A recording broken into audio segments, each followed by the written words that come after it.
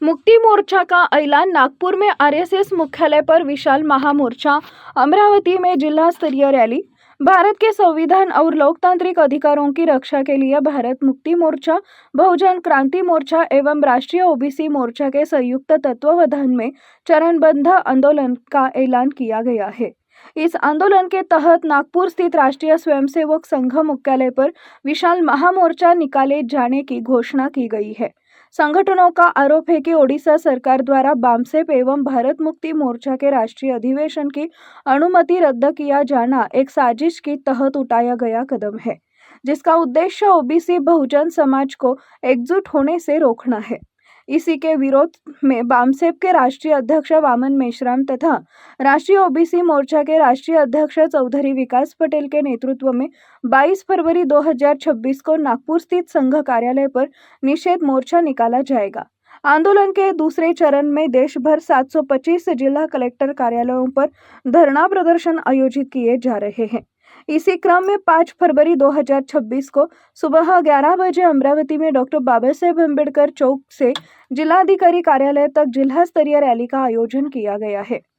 बामसेप नेताओं ने कहा है कि पिछले 95 वर्षों से ओबीसी समाज की जाति आधारित जनगणना नहीं कराई गई, जिससे शासन प्रशासन में व्याप्त असमानता सामने नहीं आ पा रही है। यदि जाति जनगणना होती है तो समाज इसकी वास्तविक स्थिति उजागर होती है।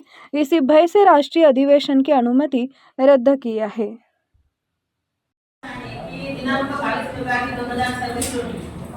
भारत मुक्ती मोर्चाचे राष्ट्रीय अध्यक्ष माननीय वामन मेश्राम यांच्या नेतृत्वात नागपूर येथे आरएसएसच्या मुख्यालयावर राष्ट्रव्यापी महारॅलीचे आयोजन करण्यात आलेले आहे।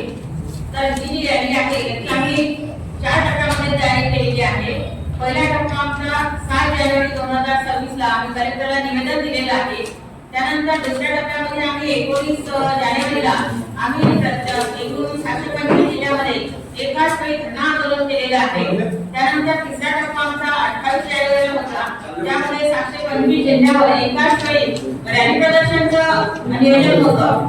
तर या दिवशी आम्ही आलो चौकामध्ये ठरल्याप्रमाणे, परंतु जसे आम्ही इथे पोहोचलो तर आम्हाला बहुजनांचे नेते, आमचे लोकप्रिय नेते माननीय अजित पवार यांच्या काही नेत्यांची वाटणी काढली आणि त्यामुळे आम्ही त्या दिवशी ते रॅली कॅन्सल करून आमच्या पेट्रोल पाणी रॅली कॅन्सल करायला लावली। देशभरामध्ये ती रॅली कॅन्सल करण्यात आली आणि आम्ही विविध चौकामध्ये शोकसभेत त्याच्यामध्ये माननीय अजित पवारांना श्रद्धांजली आली।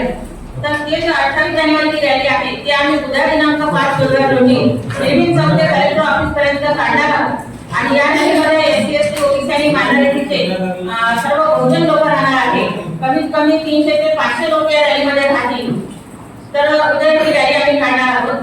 त्याच्यानंतर 22 फेब्रुवारी रोजी आम्ही जे आरएसएसच्या मुख्यालयावर मोर्चा नेत आहोत, महामोर्चा नेत आहोत। देशभरातून 10 लाख लोक या मोर्चामध्ये येतील। ते हा मोर्चा आरएसएसच्या कार्यालयात नेण्याचं कारण असं आहे, आमचे जे मूलभूत अधिकार आहेत ते संपुष्टात येत आहेत।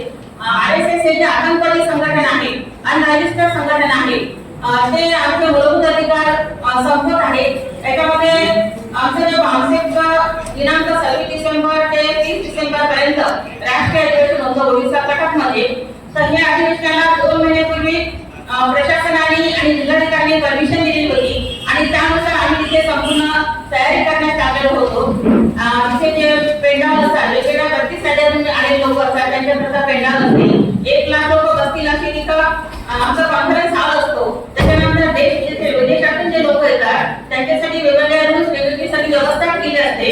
असा आमचा एकूण 3 करोड खर्च झालेला होता आणि एवढा सगळा खर्च झाल्यानंतर ऐन वेळेवर ज्या दिवशी आमचे लोक 23 जानेवारीला गाडीमध्ये बसले, लाखो लोकांनी रिझर्वेशन केले होते, देश विदेशाच्या लोकांनी ट्रेनचे रिझर्वेशन केलेलं होतं। तर त्या रॅलीला आमच्या अधिवेशनाला परमिशन रद्द करण्यात आली त्या कटकचे जिल्हाधिकारी आणि प्रशासनाने आणि त्यामुळे आम्हाला ते अधिवेशन आमचं मागे घ्यावं लागलं, रोखावं लागलं आणि हा जो आहे त्याच्या आमचा 26 आणि 17 डिसेंबर 2025 ला जे आमचं 2 दिवसाचं अधिवेशन होतं, त्याच्यामध्ये ओबीसींची जाती न्याय जनगणना हा विषयावर चर्चा होणार होती। तर सरकारला ही ओबीसींची जाती न्याय जनगणनेवर चर्चा नको आहे, तर ही चर्चा होऊ नये म्हणून आमचा आवाज करण्यात आला। ती परमिशन आमच्या राष्ट्रीय अधिवेशनाने रद्द 27 डिसेंबर ते 30 डिसेंबर पर्यंत असे 3 दिवस भारत मुक्ती मोर्चा हे आमचं नॉन इन्फ्लुएन्स लोकांचं संघटन आहे. याचे 3 दिवसाचं आमचं राष्ट्रीय अधिवेशन होतं आणि यामध्ये ईव्हीएम